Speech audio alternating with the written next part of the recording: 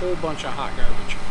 Should we go home? So Eric, if you look to your left, just past that really thin tree line, there's a lake. Just take a left and drive straight in it. You know, when you used to work for us, you had a lot more like uplifting spirits. Spraying I think. gets me all worked up.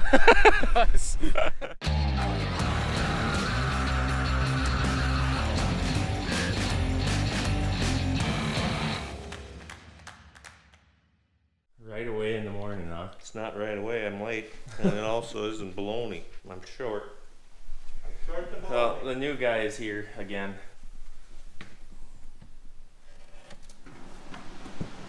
Stealing. The new guy is back for one day of work.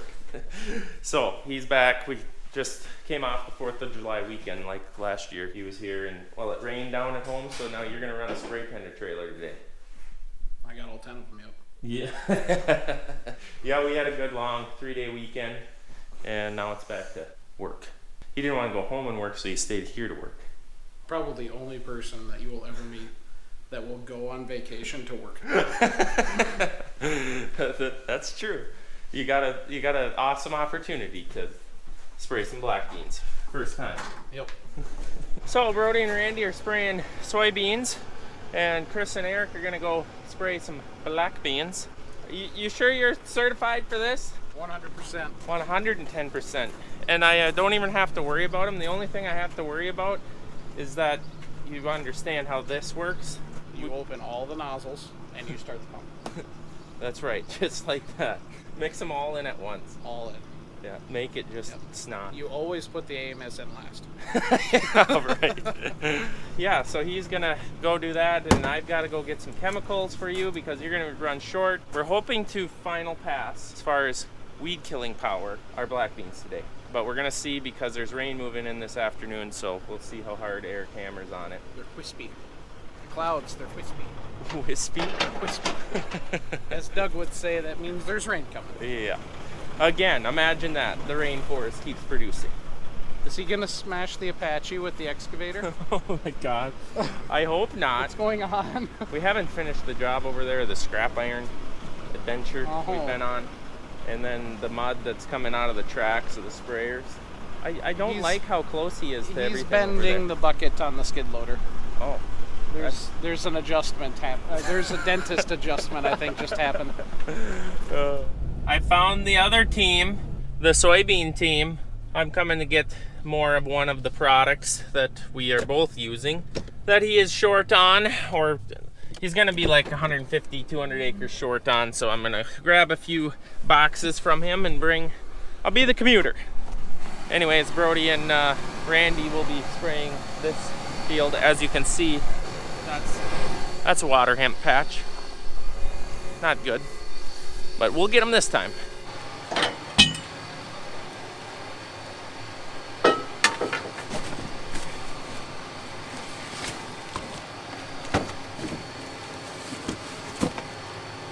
He's got a lot on here.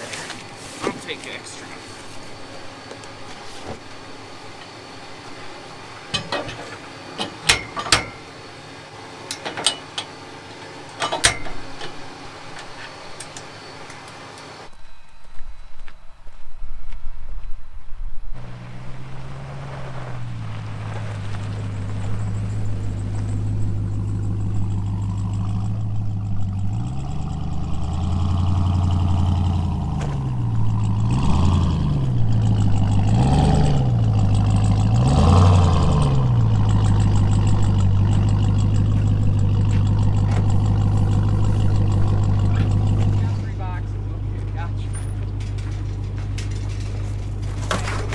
Everything's a panic. You'll have to move them once they're up there. Go have fun. Oh, that looks like trenches. That looks very wet out there.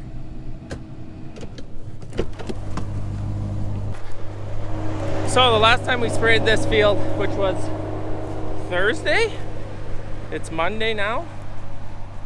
This was full of water, so he actually had to spray around and turn for it because it was like 4 feet of water. Well, now it's gone when he's just rutting tracks through it. Typically we would wait longer between spray passes, but we're getting up against our or we are at our carryover date. So, and carryover means you don't want to spray the chemical too late in the season, because if you don't get, I think it's 15 inches of rain by the time this next crop's out here, which is corn, you can have carryover issues such as hurting your corn the next crop the next year, which is going to be corn here. I'm not too worried about it because we seem to get an extreme amount of rainfall, but it is time to get this on. It's beyond time. So we got to get it done. Obviously the water hemp's out of control in areas. For the most part, looking down the rows, it looks pretty clean. This is an approach, typically a thin area, so the hemp pressure is unbelievable, and they're big.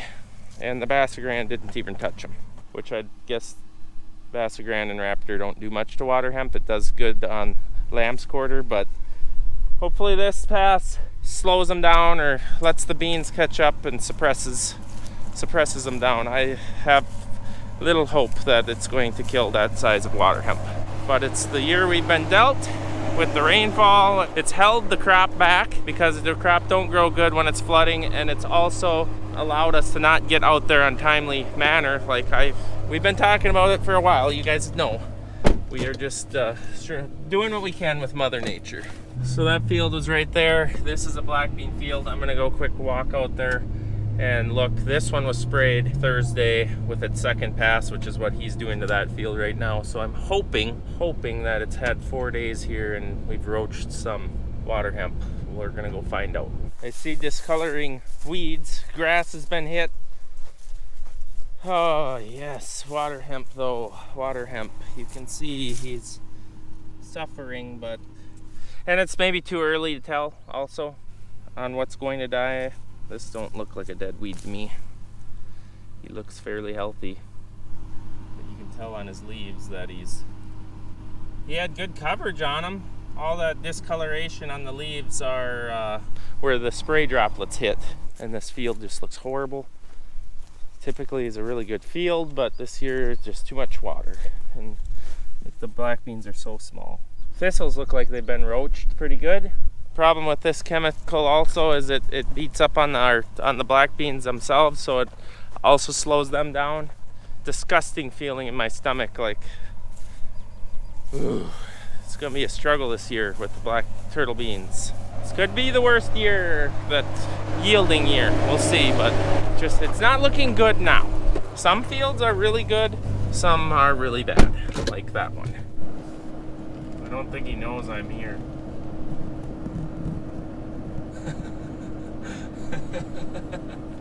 Better look out, I might get backed into.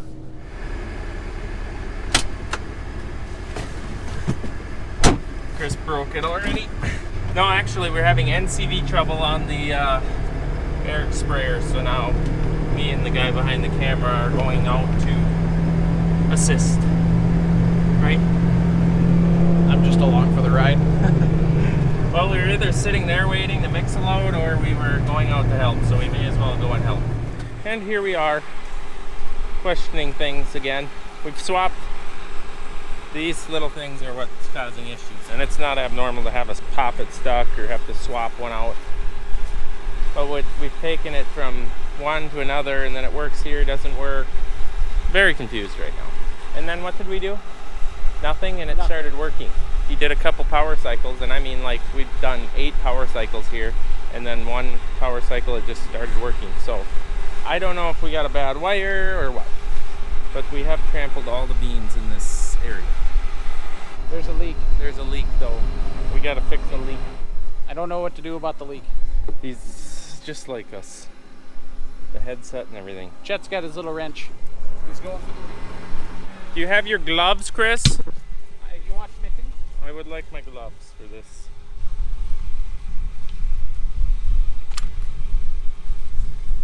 I had a small suspicion this was gonna leak. Did you open your quarter turn, or are you just gonna take it to the face? We were just. There was very little pressure to worry about.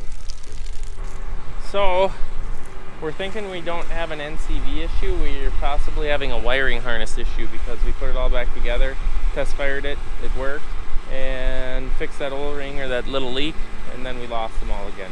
Chris took apart a big connector up there, put it back together, and they're all working again. So he's gonna try it, but my next best guess is the wiring harness, huh? You know what we've got going on here?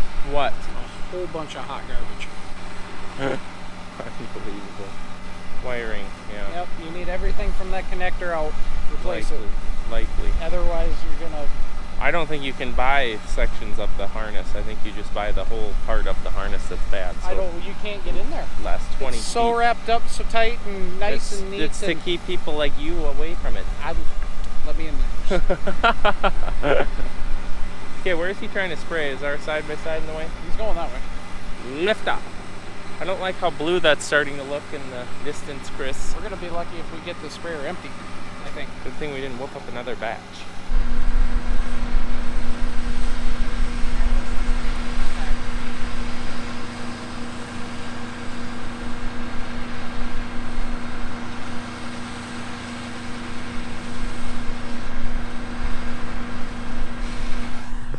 What? Words from Eric. Words from the cab. Words. The switch box is totally dead. No power. Shall we go home? So Eric, if you look to your left, just past that really thin tree line, there's a lake. Just take a left and drive straight in it. It's just, you know, when you used to work for us, you had a lot more like uplifting spirits. Spraying gets me all worked up. Oh, my. It's what time is it? It's 1 o'clock. We've sprayed 86 acres. Oh man. Worse news than that news is that tail right there that pops right there is likely going to be here in 20 minutes. Hard to believe it. It's a gorgeous day, but that blue looks like it's coming this way. We tried. Okay, we're going back to the farm because nothing's working here. And the cloud's coming, and we're just gonna quit and make sure that that cloud doesn't wash it off, because if it does, we have no chemistry to come back with. So it's not a crop to mess around with. And when I say that, I don't ever want spray to be washed off, but if it does, you can always come back in soybeans with like Liberty or something with no residual, and it just costs more, which obviously we don't want to do either. But this is a one and done. This is what we got in the toolbox. This is all we got. So we're heading back to the yard, let the rain clouds pass. We'll work on this to see if it's a wiring harness, which is what we're thinking it is, causing some major issues because we lost connection again. Look at that horsing on there. Look at that too. That looks like it could be causing issues in multiple areas. This isn't the problem. That you don't need to worry about. This but here. That is important. That's kinking bad. So that's worse. Yeah, that's not the end harness, which looks fine. I'm the point of fingers there, Chris. Very long. I don't know where that splits at next. The long ways down there, it's the wrong end. Here. It's the next section. Second one in. Oh. We're investigating the other side. Oh, it's starting to get windy and cool off. It's cooling off rapidly and getting windy. Eric, to the yard. Bye. That side looks like That side looks fine. Yeah, real nice. Routing. We routed them wrong. What some eerie weather. It has dropped about 20 degrees, I would say. Man, the clouds are moving. I'm kind of glad, I'm not gonna lie, I'm kind of glad that our sprayer broke down, because this one developed on us. This was not, we were supposed to have till 4 o'clock and it's like 1:30. So it's getting close to when we should have shut down anyways, but that would be to have more time yet. So you got a slow blue blank, a fast blue blank. What did you find in the pinch point connector? Nothing, naturally. I'm cutting apart things to look.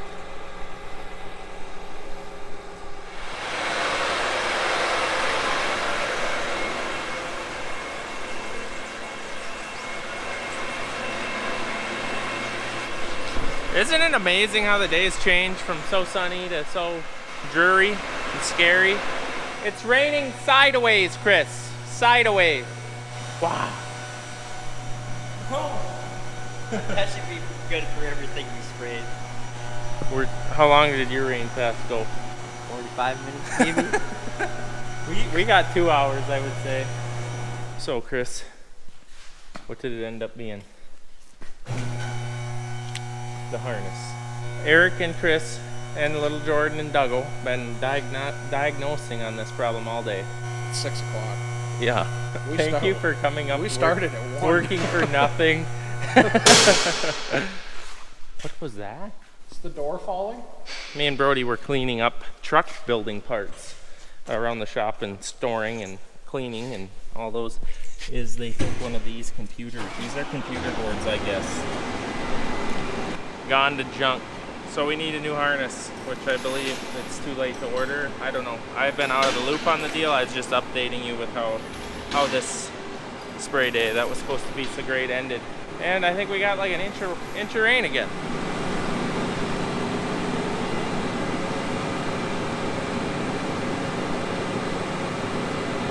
Wow, I bet that looks scary from the cab.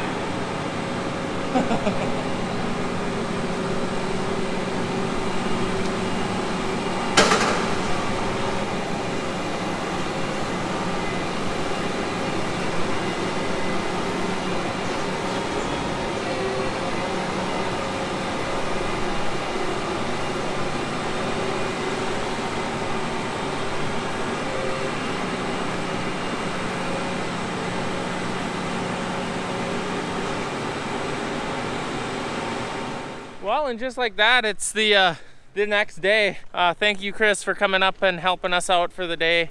Obviously, he didn't have to help. He wanted to help, and he wanted to just hang out and continue the fun 4th of July weekend. And it was a great time. We ended up going out for supper shortly after the last clip there. Went out with Eric, Brody, Chris, and myself, and it was a good time. And now we're at the shed to relive how horrible this morning was. It was just stress right out of the gate. You know the mornings that the stress just... What are you doing now? There's something. I smell something dead, and that would explain why the garage at the farm stinks. So anyways, the stress level was quite high because I got a text message saying we're coming to pour your slab today, which was prepped and all that. And so they did. It just went as unplanned as it could go. Started with the cement truck backing in here. I got here, talked to the guys, and cement truck backed in here and got to about right here. What'd you say? Right there. About where your pickup is. And the ground blew out like what's been happening to the Apache, and down it went. Buried to the frame on one side. Well, it was buried. The pumpkin was sitting on the ground. I think this is a little different though. Well, it's a tree root. I don't know how. So we dug it down to clay, brought it back again, packed it the whole time, and still the cement guy said we should have put mesh down, which I Not can see mesh, now. fabric. Whatever that product is. Anyways, we didn't, and 2 out of the 3 cement trucks got buried, and we ended up pouring most of this slab with a skid loader, driving in, had they take their forms down and drive over the rebar. I like these forms. Yes, very nice. It's better than our combine rasp bar stakes that we've got. Yeah, no, they make pouring cement easy, and they do excellent work. So thank you guys if you're watching this. Thank you. It turned out gorgeous. Yeah, some people can make hard jobs look easy. Yes. So anyways, I'll show the photo right here of the stuck cement truck, because that was something to see, and everyone just kind of looked at each other and like, well, yep, go get the quad track, but we had to empty it first. So I had a couple of guys on Instagram say that we should have packed it, didn't do a good enough job packing, but that's not the issue. these are all of our gutters, drains that we dug in. They've got foam on top of them. They're going to remove that later, but they basically cupped them. I left them down a ways so that the water stays there instead of runs across the pad like it does at the farm. This, if you recognize it, has been cut off at a 45, and they poured right up to it, hoping to hide that problem. Left this side the same. What I would have liked to do, I would have liked to have cement around that one, but without coming out quite a ways, he did not feel comfortable just pouring a little ear there, which I understand the Minnesota frost can really get. You want your corner? No. Maybe I should mail it to that guy that broke it off. Well, I don't know what else there is to talk about here, but I think finally the bleeding is stopping. You'll bleed for another 25 years every time you write that check out. Oh my. Alright, I think that's going to be the end of this video. Comment below and say hi to Chris. Alright guys, I think with that being said, we are going to call it a night. Thanks for watching. I hope you enjoyed it, and please stop back in the next one.